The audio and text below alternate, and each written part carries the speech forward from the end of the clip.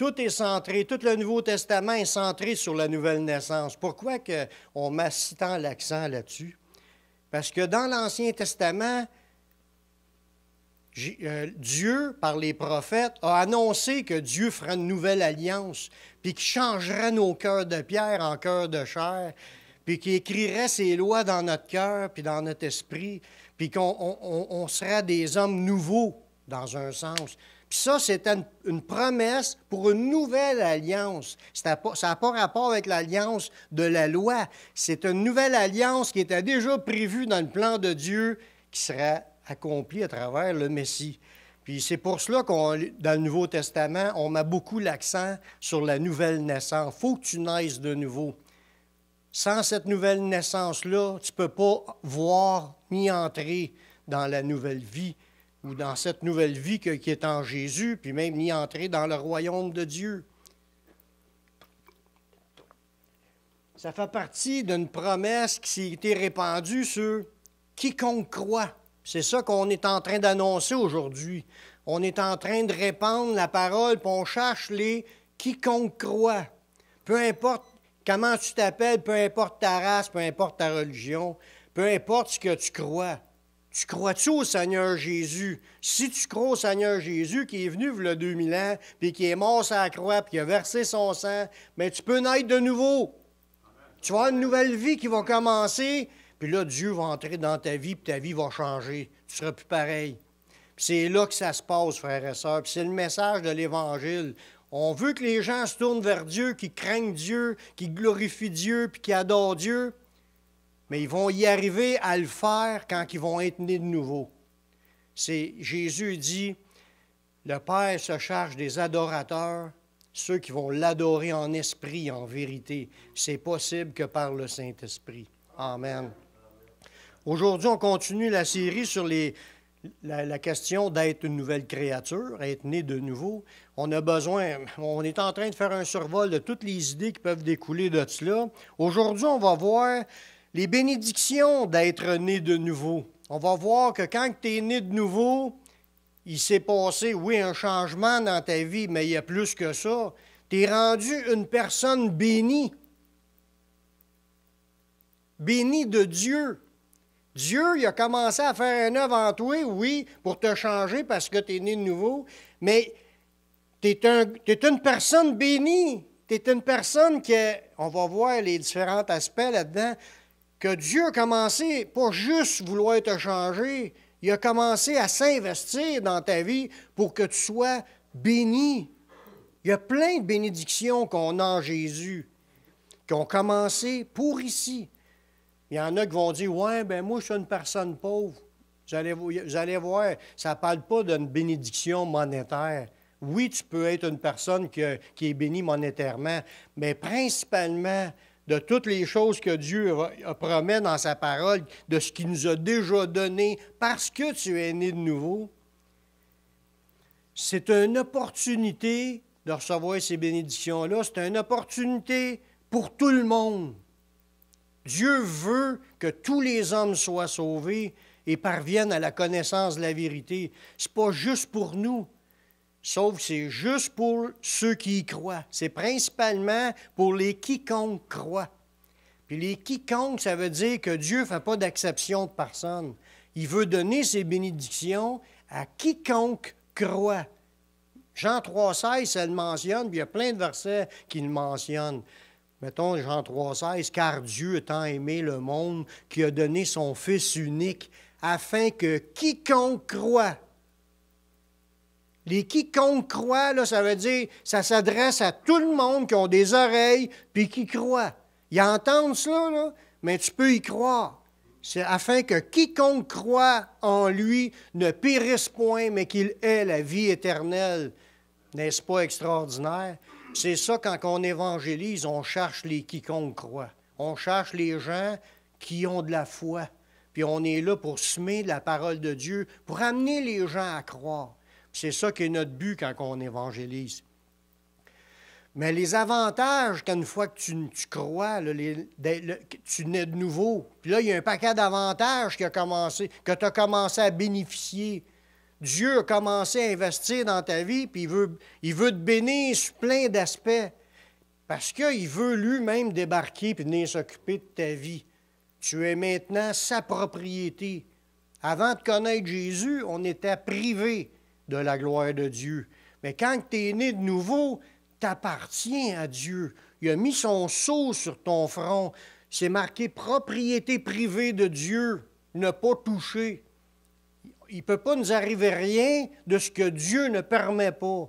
C'est pour ça qu'on est entre bonnes mains, frères et sœurs. Quand Jésus dit « Nul ne les ravira de ma main, puis nul les ravira de la main de mon Père », c'est parce qu'on est entre de bonnes mains. Demeurons dans ses mains. C'est là qu'il y a la meilleure place.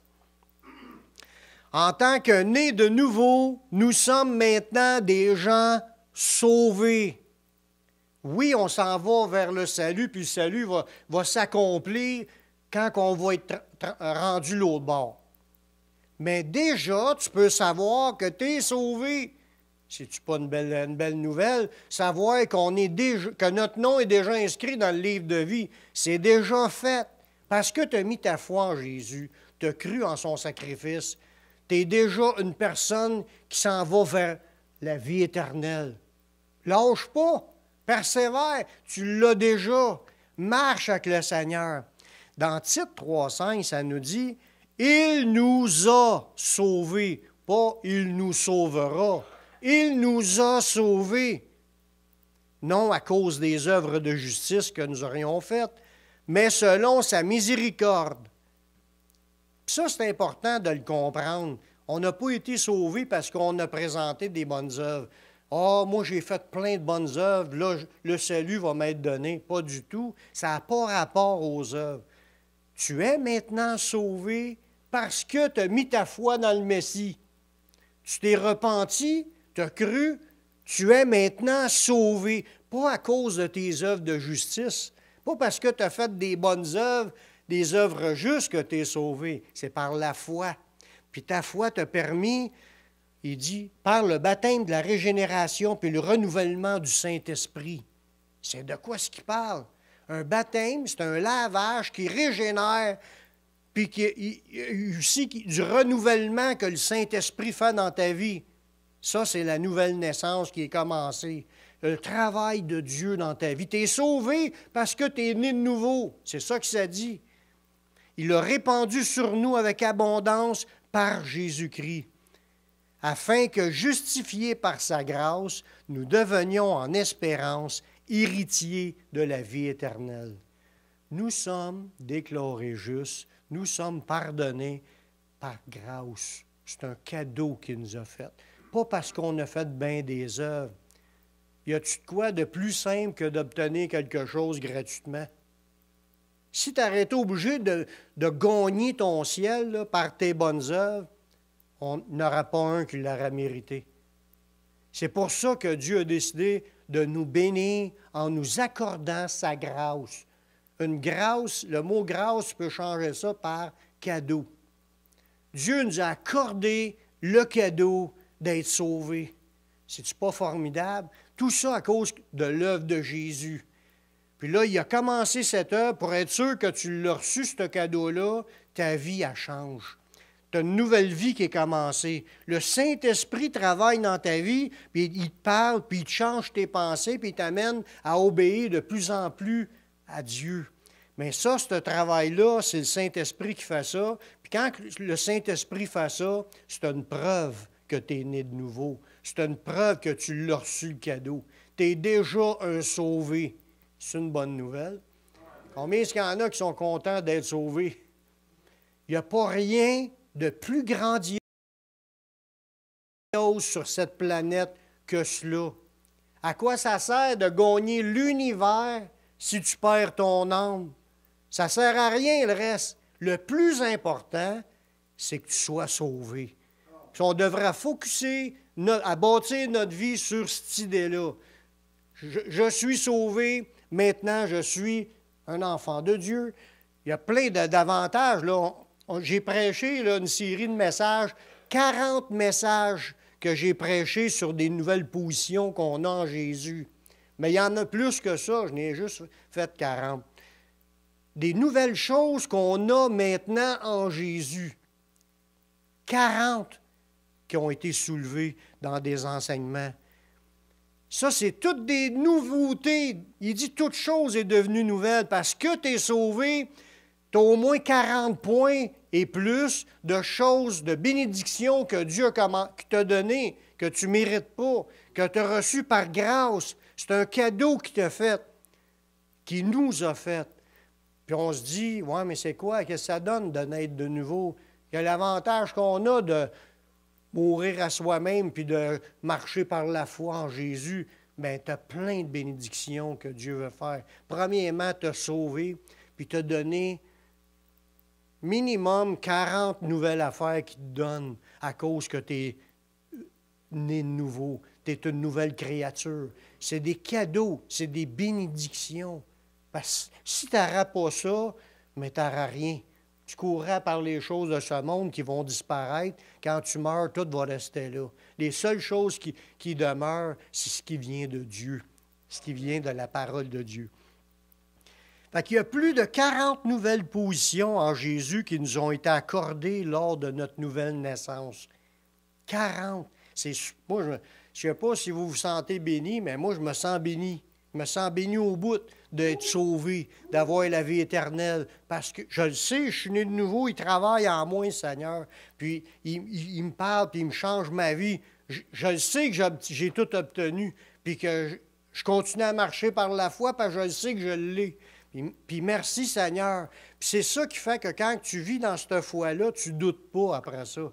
Tu ne penses pas, « Ah, je suis encore dedans, je marche avec lui. » Tu le vis. Tu sais qu'il est là. Tu goûtes sa paix, tu goûtes sa joie.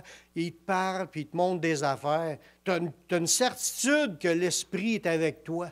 C'est ça qui démontre que tu es réellement né de nouveau. C'est ça qui démontre que tu es réellement sauvé. On n'a pas à douter. Continuons à marcher par la foi. Amen. En tant que né de nouveau, j'en ai parlé un peu la semaine passée, on a maintenant le privilège de marcher avec Dieu. Tu regardes les écrits dans l'Ancien Testament, là, Moïse marcha avec Dieu, Abraham marcha avec Dieu.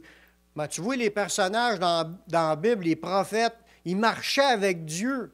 Ils parlaient à Dieu, Dieu leur parlait, Dieu se manifestait à travers leur vie. Ils étaient avec Dieu, puis Dieu était avec eux. Mais quand tu nais de nouveau, il se produit la même affaire. Même si tu n'es pas un Billy Graham, même si tu n'es pas un Moïse ou un prophète Élie, même si tu n'es pas un gars avec ce ministère-là, même le plus petit dans le royaume, Dieu marche avec. C'est une brebis du Seigneur. Il dit, ma brebis entend ma voix, puis elle me suit, puis il marche avec sa brebis. Avez-vous des doutes que Dieu est avec vous? Ça fait partie des bénédictions que Dieu donne à son peuple. Des bénédictions que Dieu donne. Tu es né de nouveau. Je marche avec toi à cette heure. Tant que tu ne vis pas dans le péché puis à vivre tout croche, là, mais tu demandes pardon, tu entretiens ta relation. Parce que des fois, si tu passes 6 mois sans parler au Seigneur, c'est sûr que tu ne l'as plus, ce contact proche-là. Tu ne l'entends plus, c'est sûr. Mais si tu fais attention puis tu prends du temps avec le Seigneur, tu vas l'entretenir, ta relation. Puis tu vas être conscient qu'il est là parce qu'il l'a promis. En théorie, on le sait, c'est écrit. Je serai avec vous tous les jours jusqu'à la fin du monde. Mais il y a un autre beau verset, il dit dans 2 Corinthiens 6, 16, « Car nous sommes le temple du Dieu vivant. Comme Dieu l'a dit, j'habiterai, je marcherai au milieu d'eux. Je serai leur Dieu, ils seront mon peuple. » Y a-tu de quoi de plus beau que ça? Dieu va marcher au milieu de nous. Tu es dans ta maison, il est là. Tu es au travail, il est là. Tu es à l'église, il est là, il marche au milieu de nous, il est là, puis il dit, on est son peuple, puis lui, il est notre Dieu. Il y a une relation qui est commencée là, puis ça fait partie des bénédictions qu'on a à cause qu'on est sauvé, à cause qu'on est né de nouveau. Ça commençait là, parce qu'avant, nos crimes mettaient une séparation entre Dieu et nous. On ne pouvait pas vivre ce contact-là.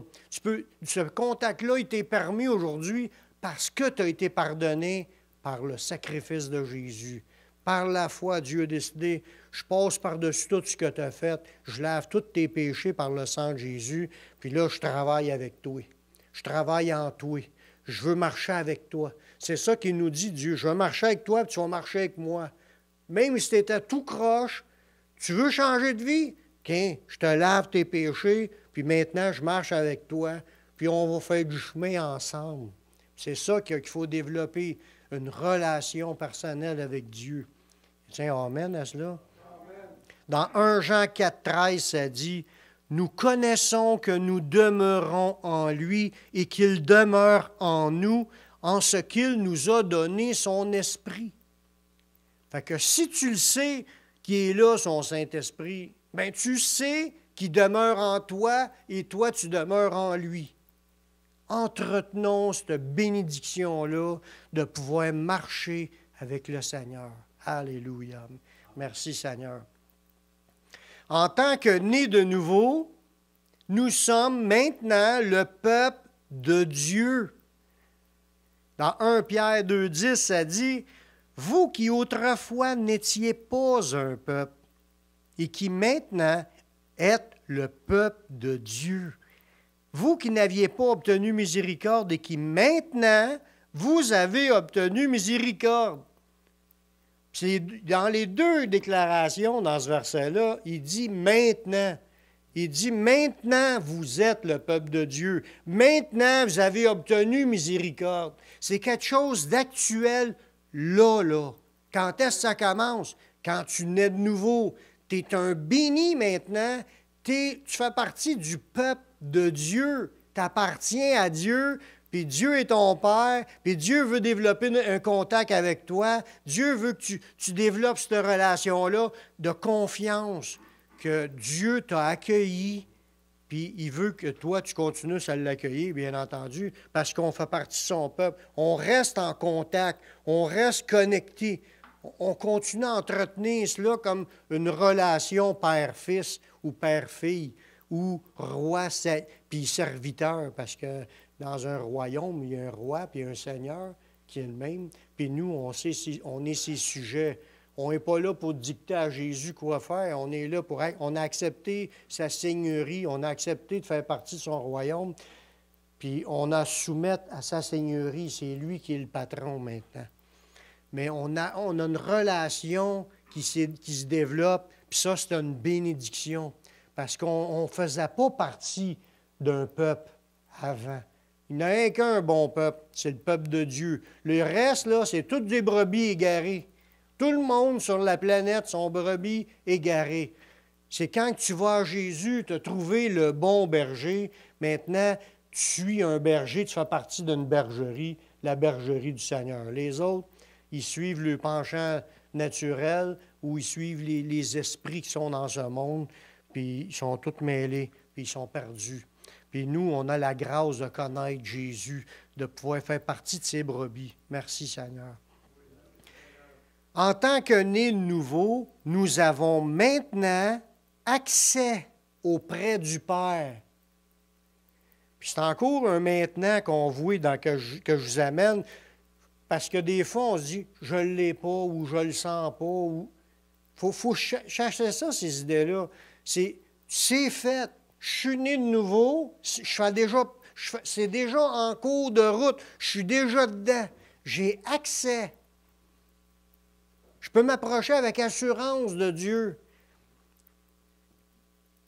Ça nous dit dans Éphésiens 2,18, « Car par lui, par Jésus, nous avons les uns les autres accès auprès du Père dans un même esprit. » On voit que parce qu'on est né de nouveau, on est maintenant connecté avec l'Esprit, puis ça, cet Esprit-là nous amène à avoir accès auprès du Père. Accès, ça veut dire quoi? Ça veut dire que c'est accessible, qu'on a une connexion qui a été établie. Si tu n'as pas d'accès pour te rendre, puis le chemin est bloqué. C'est quand tu as un accès, c'est parce que tu as une ouverture qui est faite, puis tu as un droit de passage. C'est comme dans les rues, ça t'a dit, tu as interdiction de revirer à droite, à gauche. Bien, tu n'as pas le droit de revirer à gauche s'il y a une interdiction. Mais s'il n'y a pas d'interdiction, tu tu as accès, tu peux revirer à gauche. Mais avec Dieu, c'est la même affaire. On a accès au Père. Ça veut dire qu'on peut y parler à tous les jours. On peut y parler du matin jusqu'au soir. Puis Dieu, là, il ne se tanne pas de nous écouter, contrairement à ce qu'on pense. La seule affaire, il veut qu'on croie que ce qu'on demande, il veut qu'on soit sincère. Pas faire assemblant puis de répéter des prières comme si on égrenerait des chapelets. C'est pas ça, là. Dieu veut qu'on ait accès. Il y a un verset qui nous dit, un autre verset, « Approchez-vous donc avec assurance au trône de la grâce pour obtenir miséricorde, pour obtenir grâce et être secouru dans vos besoins. » On a accès à pouvoir demander à Dieu des faveurs, des bénédictions additionnelles, de l'aide. Puis Dieu va le faire. Dieu, il attend juste ça qu'on lui demande. Il veut qu'on s'approche avec assurance parce que l'accès est ouvert. On a maintenant un accès. C'est déjà fait. On garde cet accès-là ouvert, puis on marche par la foi, puis on s'en sert. Parlons à Dieu. Parlons à Dieu. Prenons du temps pour parler à Dieu. Tu peux prendre du temps le matin en te levant, puis tu peux en prendre dans la journée, à tout moment, quand on prend conscience que Dieu est là, puis qu'on s'arrête, puis on y parle. Ça nous aide à s'approcher de Dieu, puis à être proche, qu'on va arriver à être capable de présenter des prières de foi facilement. Plus facilement que si on n'y parle jamais. Si on n'y parle pas, là, on n'aura pas d'assurance parce qu'on n'a pas développé ce contact-là. Il faut développer ce contact-là. Puis de la part de Dieu, il dit, « Je vous ai donné accès parce que je vous ai donné mon esprit. » Fait que là, on a accès. Profitons-en. Combien est-ce qu'il y en a de monde qui crie à un Dieu, mais ils ne savent pas à qui? Ils n'ont pas le contact, puis ils ne savent même pas à qui s'adresser. Puis nous, bien, merci Seigneur, le Seigneur nous a révélé qui était, puis aujourd'hui, on a accès. On peut demander ce que vous voudrez, puis cela vous sera accordé, que Jésus a dit. Que marchons par la foi, l'accès est ouvert, ça fait partie des bénédictions des chrétiens. Une autre belle bénédiction, en tant que nés de nouveau, nous sommes maintenant des réconciliés et greffés à son corps et à son esprit. Parce que, j'y touché un peu tantôt, que quand tu ne connais pas le Christ, tu es une brebis égarée. Tu ne sais plus où est-ce que tu t'en vas. Puis tu n'es pas connecté avec rien. Même si tu es en famille, entouré de tes amis, tu n'as pas de connexion, spirituellement parlant. Il n'y a pas de connexion qui se fait avec les gens ni avec le Créateur. La seule connexion qui est possible, c'est en Jésus. Une fois que tu as accepté Jésus comme ton sauveur, puis tu nais de nouveau, il te donne son esprit pour que tu aies une pleine connexion avec lui, puis ça te donne une connexion avec les autres qui ont le Saint-Esprit. Parce que c'est le même Saint-Esprit qui est en moi, qui est en vous. Fait que maintenant, on a la bénédiction d'être connectés les uns les autres par son Saint-Esprit, puis connectés avec Dieu en même temps. Puis en plus de ça, l'autre détail que Dieu a fallu qu'il règle, c'est qu'on ne faisait pas partie de son peuple. Ça, je l'ai mentionné un peu tantôt, mais il avait choisi un peuple, le peuple juif. C'est ce peuple-là qui était appelé à représenter Dieu sur la terre. C'est de ce peuple-là qui est les branches qui faisaient partie de l'olivier franc, de ceux qui appartenaient à Dieu. Puis parmi ce peuple-là, il y en a un paquet qui était branché avec Dieu, qui avait un contact avec Dieu, mais il y en a un paquet que non. Mais à cause qu'eux autres ont été retranchés dans Romains, ça nous dit que nous, on était connectés. Maintenant, on est connectés avec l'olivier franc. On peut recevoir de la sève de cet olivier-là qui est par le Saint-Esprit. Dieu a fait qu'il y a une soudure qui s'est faite entre une greffe, pareil comme un arbre que tu branches une autre branche après. Il y a une soudure qui s'est faite avec le peuple de Dieu, qui étaient les Juifs. Spirituellement, Dieu, il y a un royaume, puis c'est l'Israël de Dieu. Puis les Juifs faisaient partie de cet Israël-là, pour ceux qui marchaient par la foi. Puis nous, on était greffés. Il y avait comme une inimitié entre les deux, entre les Juifs puis les non-Juifs. Il n'y avait pas de connexion possible. On était vus, nous autres, là, on était des païens, puis on était vus comme des sales, des tout croches, des ignorants, des impurs. On était vus de même par les Juifs. Il a fallu que Dieu règle un problème. Il y avait comme une inimitié entre son peuple et les païens. Puis il a réglé ça par la mort de Jésus pour nous permettre d'être connectés avec le peuple de Dieu. Alors, regardez bien ce que ça dit dans Éphésiens 2, 14 à 16. « Car il est notre paix, lui qui des deux, du peuple juif et des nous qui sommes des païens, n'en a fait qu'un. Il a renversé le mur de séparation, l'inimitié, ayant anéanti par sa chair la loi des ordonnances dans ses prescriptions, afin de créer en Jésus, avec les deux, un seul homme nouveau. » Voyez-vous, il y a quelque chose là. Spirituellement, on était greffés au corps de Christ, mais on était greffés en réalité à l'Israël de Dieu. Nous sommes le véritable peuple d'Israël, spirituellement parlant, présentement, qui est formé de Juifs et de païens. Ça fait que les promesses qui étaient en Abraham, de bénir toutes les nations de la terre, puis autrement dit, on peut dire, Abraham, c'est notre père, spirituellement parlant, parce qu'on marche dans ses traces, on était greffé à sa descendance. Maintenant, on est sous les promesses. Les bénédictions de Dieu sont données dans la descendance, parce que c'est en sa descendance qui bénira toutes les nations de la terre. On cherche à dire qu'on a les bénédictions d'Abraham à cause qu'on a été greffé au peuple de Dieu. Amen. Merci Seigneur. Puis ça, c'est d'être béni. On dit qu'on est en train de regarder des bénédictions qu'on a reçues en tant que né de nouveau, mais on a été bénis d'être connectés au peuple d'Israël parce qu'on reçoit les bénédictions de Dieu que Dieu avait données à Abraham. Toute l'histoire de la terre promise, là, c'était promis au sens figuré, dans le sens, oui, il y avait une terre promise donnée à Abraham, mais Abraham ne regardait même pas lui-même les yeux sur cette terre promise-là. Il regardait en l'air pour voir la cité dont Dieu est l'architecte, la cité céleste. C'est ça la vraie terre promise, promis à Abraham, spirituellement parlant. Puis Abraham, il est sauvé, puis il fait partie de ceux qui vont entrer dans le royaume, puis tous ceux qui font partie de sa descendance, spirituellement parlant, bon, on s'en va à la même place. Amen. C'est une bénédiction. On n'avait rien de ça avant, à cause qu'on était un païen. En tant que nés de nouveau, nous avons maintenant la possibilité de croître dans la grâce puis dans la connaissance de Jésus.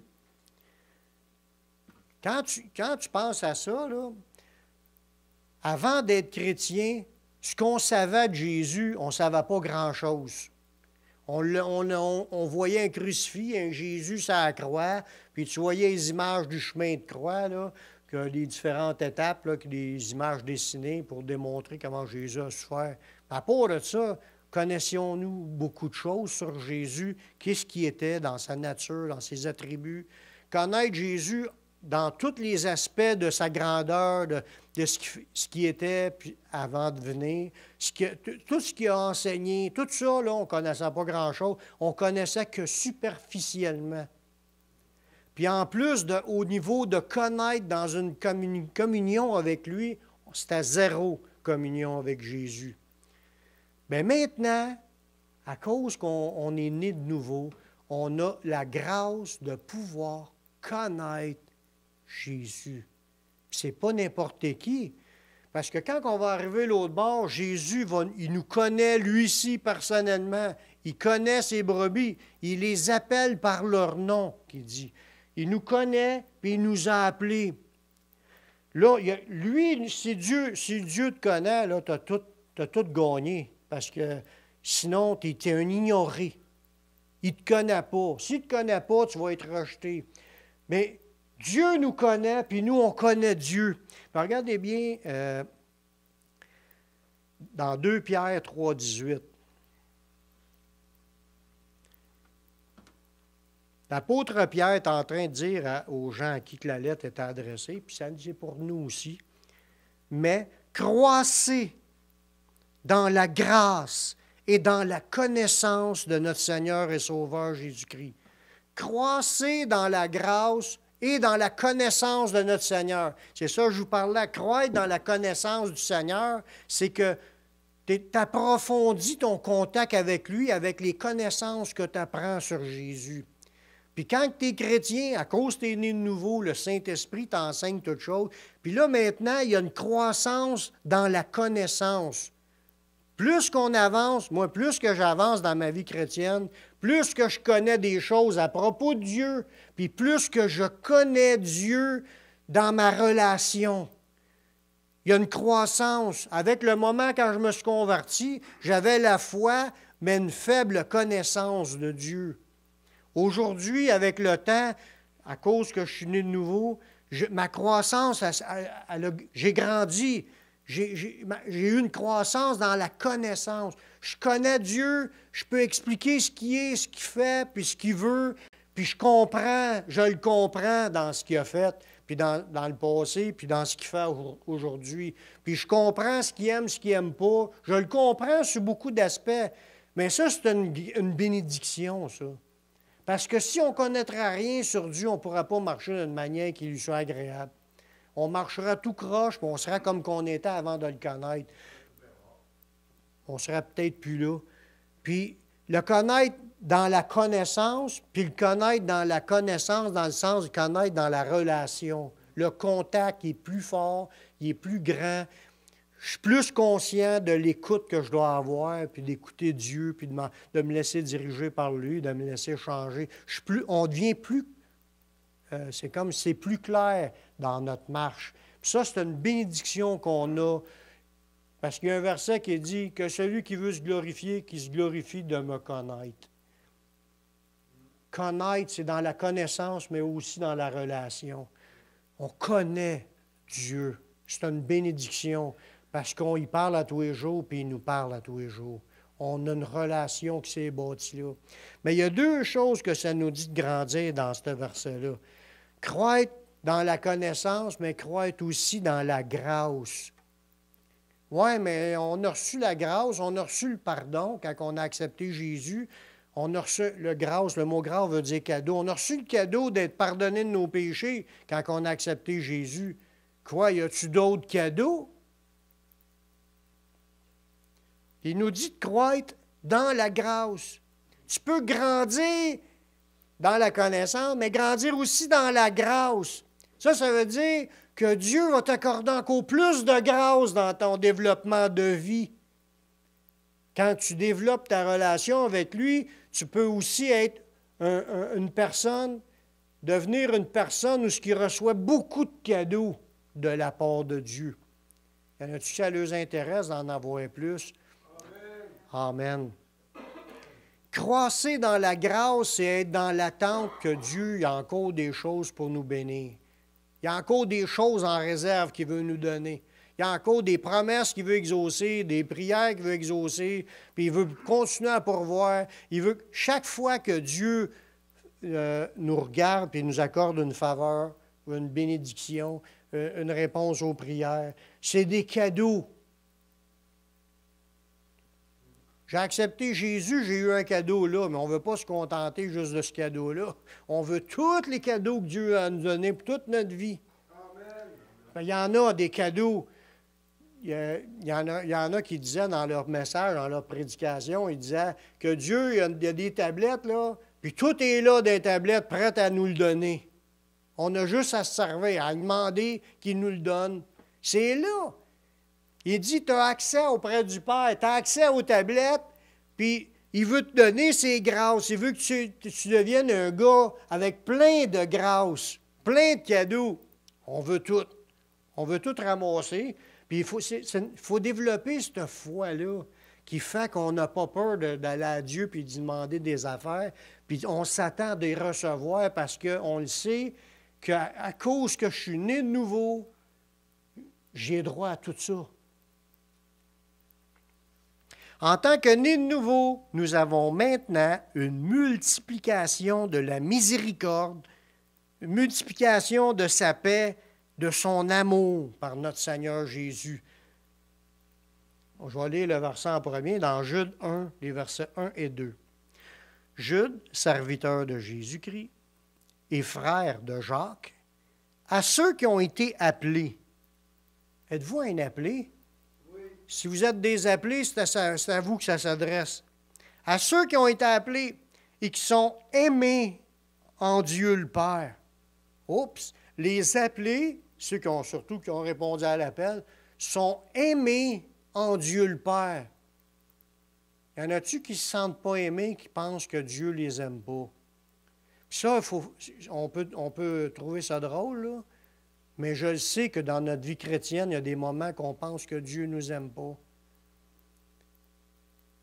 Ce n'est pas de Dieu, cette idée-là. C'est l'ennemi qui nous met ça. Nos doutes, ça vient du doute, ça vient de douter de ce que Dieu dit. Tu es un appelé, tu as accepté, tu as répondu à l'appel, tu es né de nouveau, le Saint-Esprit est en toi. Dieu t'aime au bout. Il ne faut pas penser que Dieu ne nous aime pas. C'est une bénédiction qu'on a, le fait qu'on soit né de nouveau. Dieu s'est mis à nous aimer.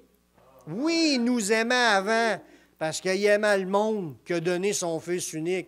Mais quand tu deviens, je l'ai dit dans les 40 nouvelles positions, il y en a une qui dit, on est devenus des bien-aimés. On est chéris. On est sa chérie. En deuxième, il y a Jésus en premier. Je suis deuxième. Hein? Oui, ça veut dire, il accepte-tu du monde pour être sa fiancée puis sa future épouse, du monde qu'il n'aime pas? Il nous aime au bout, puis ça fait partie des bénédictions qu'on a. Regardez bien, là, je vais vous continuer à vous le répéter. À ceux qui sont été appelés, qui sont aimés en Dieu le Père et gardés pour Jésus. Wow! Ça, là, ça veut dire que tu étais appelé, tu as répondu à l'appel, tu es né de nouveau, tu es aimé, Dieu nous aime. Puis là, il dit, il nous a gardés pour Jésus. Ça veut dire qu'il nous protège, il nous garde, il nous aide pour qu'on reste là, dans cette position-là, pour nous donner à Jésus. On est gardé pour Jésus. On est important, vous pensez, pour Dieu? Oui, on est très important. Dieu nous aime, puis Dieu nous protège, puis il continue à nous bâtir pour qu'on soit une habitation de Dieu. Il veut marcher au milieu de nous, il veut être avec nous, il veut nous donner accès à ce qu'il y a. Tout ce qu'il y a sur ses tablettes, c'est à nous. Puis il nous garde, puis il continue à nous chérir, puis à nous aimer, puis il veut un jour nous donner à Jésus. Parce que c'est l'amour qui est en arrière de ça, parce qu'il nous aime. Il dit à ceux qui sont appelés, qui sont aimés en Dieu le Père et gardés pour Jésus, que la miséricorde, la paix, la charité vous soient multipliées. Ça veut dire qu'on le sait qu'on reçoit la paix de Dieu, on le vit. On le sait qu'on reçoit l'amour de Dieu, la charité, on le vit, ça vient dans le fruit de l'Esprit. Puis la miséricorde, ça, la miséricorde, c'est que Dieu ait pitié de nous pour qu'il nous secoure. Quand tu vois quelqu'un qui est dans le besoin, puis là, tu as le goût de l'aider, c'est parce que tu es miséricordieux. Tu veux le secourir. Tu as une pitié de la personne au point de vouloir intervenir. Mais il est en train de nous dire que si tu es appelé, puis tu es aimé de Dieu, puis tu es gardé pour Jésus, mais Dieu il va avoir de la miséricorde envers toi, il va avoir le goût d'intervenir dans ta vie parce qu'il va avoir pitié de toi, puis il va vouloir t'aider, puis il va te donner sa paix, puis il va te donner son amour multiplié. Amen. On en veut, on veut tout. C'est-tu pas des belles bénédictions qu'on a en Jésus? En tant que nés de nouveau, nous pouvons espérer de tout recevoir selon ses promesses. Toutes les promesses qui sont écrites dans la Bible, bien, il y a des promesses qui étaient spécifiques là, pour du monde dans ce temps-là. Mais les autres promesses qui sont en général pour tout le monde, là, toutes les promesses, il y en a des centaines. bien, c'est pour nous. Vous avez droit de les espérer, puis de les demander, puis attendez-vous à les recevoir, parce que Dieu veut nous donner toutes choses. Dans Romains 8, 31, que dirons-nous donc à l'égard de ces choses? Si Dieu est pour nous, qui sera contre nous? Hein? Dieu nous aime au bout, puis il nous chérit, puis il nous protège, puis il nous garde pour... Si Dieu est pour nous, qui sera contre nous? On a-tu de quoi à craindre dans ce monde? Oui, ils peuvent nous faire du mal. Bien, Jésus dit ne pas craindre celui qui peut tuer le corps, mais après, ils ne peuvent rien faire. Nous autres, si Dieu est pour nous, qui va être contre nous? On a tout. Le diable, il ne peut rien faire contre nous parce qu'on est sous le sang de Jésus, on est né de nouveau. Merci Seigneur. Si Dieu est pour nous, qui sera contre nous? Lui, qui n'a pas épargné son propre Fils, mais il l'a livré pour nous tous. Hey, c'est quelque chose, là. Dieu le Père n'a pas épargné Dieu le Fils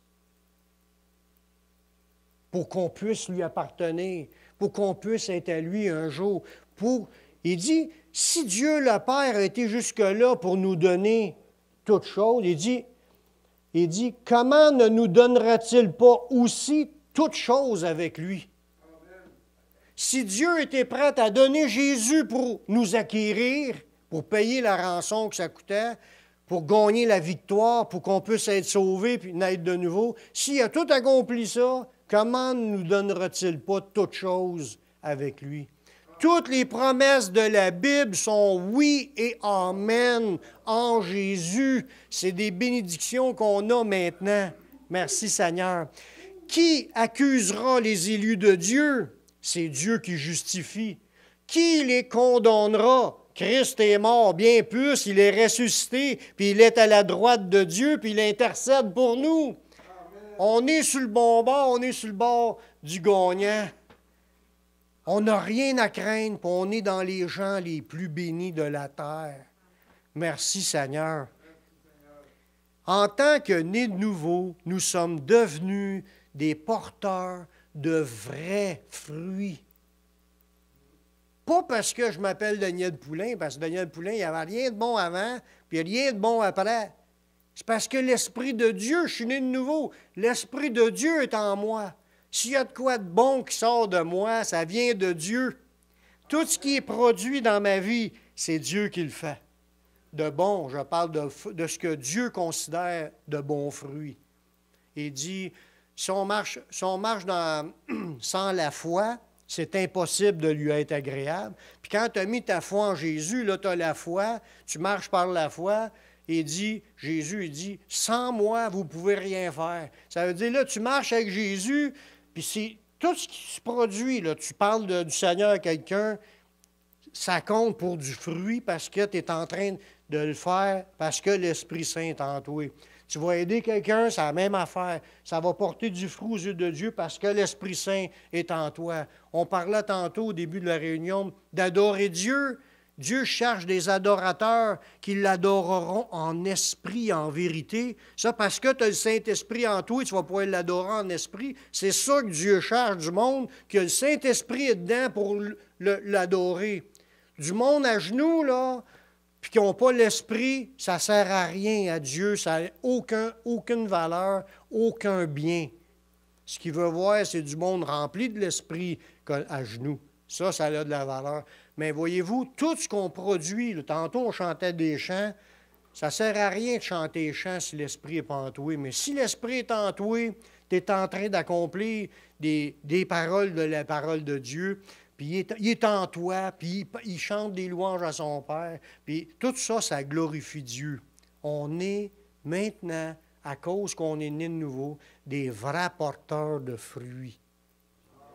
Ça nous dit dans 1 Pierre 5, 10 à 11. Le Dieu de toute grâce qui vous a appelé en Jésus-Christ à sa gloire éternelle, après... non, je n'ai pas le bon verset, c'est Jean 15, 16, excusez. Jésus dit à ses disciples, « Ce n'est pas vous qui m'avez choisi, mais moi, je vous ai choisi. Puis je vous ai établi afin que vous alliez, puis que vous portiez du fruit, puis que votre fruit demeure, afin que ce que vous demanderez au Père en mon nom, il vous le donne. Voyez-vous, là, dans ce verset-là, il dit, c'est Jésus qui nous a choisis. Il est venu cogner à la porte de notre cœur. Il nous a appelés, puis on a répondu à l'appel. Il nous a établis afin qu'on aille, puis qu'on porte du fruit, puis que notre fruit demeure. Fait que si on porte du fruit aujourd'hui, c'est pas parce que nous sommes, parce que je suis Daniel Poulain. Non, c'est à cause de ce que Dieu fait dans moi. C'est la même chose dans chacun de vous. À cause que tu es né de nouveau, Jésus t'a établi maintenant à l'endroit où tu es pour porter du fruit, puis que ton fruit demeure jusqu'au point que tout ce que tu vas demander à Dieu, il va te l'accorder. Merci Seigneur. Maintenant qu'on est né de nouveau, Dieu nous perfectionne, il nous fortifie parce que nous demeurons en lui. Tu es né de nouveau, il a commencé un œuf, puis il va te transformer. On voit ça dans 1 Pierre 5, 10, 5, 10 et 11. Je vais vous lire ça rapidement. Le Dieu de toute grâce qui vous a appelé en Jésus-Christ à sa gloire éternelle, après vous aurez souffert un peu de temps, il vous perfectionnera lui-même, il vous affermira, il vous fortifiera, puis il vous rendra inébranlable. À lui soit la gloire au siècle des siècles. Amen. Voyez-vous une autre belle bénédiction qu'on a à cause qu'on est né de nouveau? Dieu a entrepris une transformation dans notre vie. Il dit, il va nous perfectionner, il va nous affermer, ça c'est nous rendre fort. Il va nous fortifier, non, affermer c'est en rendre ferme. Il va nous fortifier, il va nous rendre fort, puis il va nous rendre inébranlables. À lui soit la gloire. Fait que si un gars, à cause qu'il est né de nouveau, devient fort dans le Seigneur, à lui soit la gloire. C'est Dieu qui a tout accompli pour que cette personne-là soit forte. On ne peut pas devenir fort dans le Seigneur sans laisser travailler le Seigneur dans notre vie. Par nous-mêmes, c'est impossible. Il faut que le Seigneur nous rende forts. Puis toute la gloire va y revenir. Un dernier point. Continuons à grandir dans le Seigneur puis de recevoir ses grâces. C'est tout pour nous parce qu'il nous aime. Quand que, dans les actes des apôtres, dans Actes 3, 19, l'apôtre Pierre est en train d'évangéliser du monde. Puis là, il faisait un appel à ce que le monde reçoive le Seigneur pour être sauvé. Il dit à tout le monde, repentez-vous donc et convertissez-vous. C'est là le départ pour la nouvelle naissance. Pour que vos péchés soient pardonnés. C'est là que tu es pardonné, puis c'est là que tu reçois le Saint-Esprit. Il dit, afin que des temps de rafraîchissement viennent de la part du Seigneur. Ça veut dire que c'est là que ça commence. Quand tu te repens, puis tu te convertis, tu t'engages à suivre Jésus. Ça, il n'y a pas d'âge pour se repentir.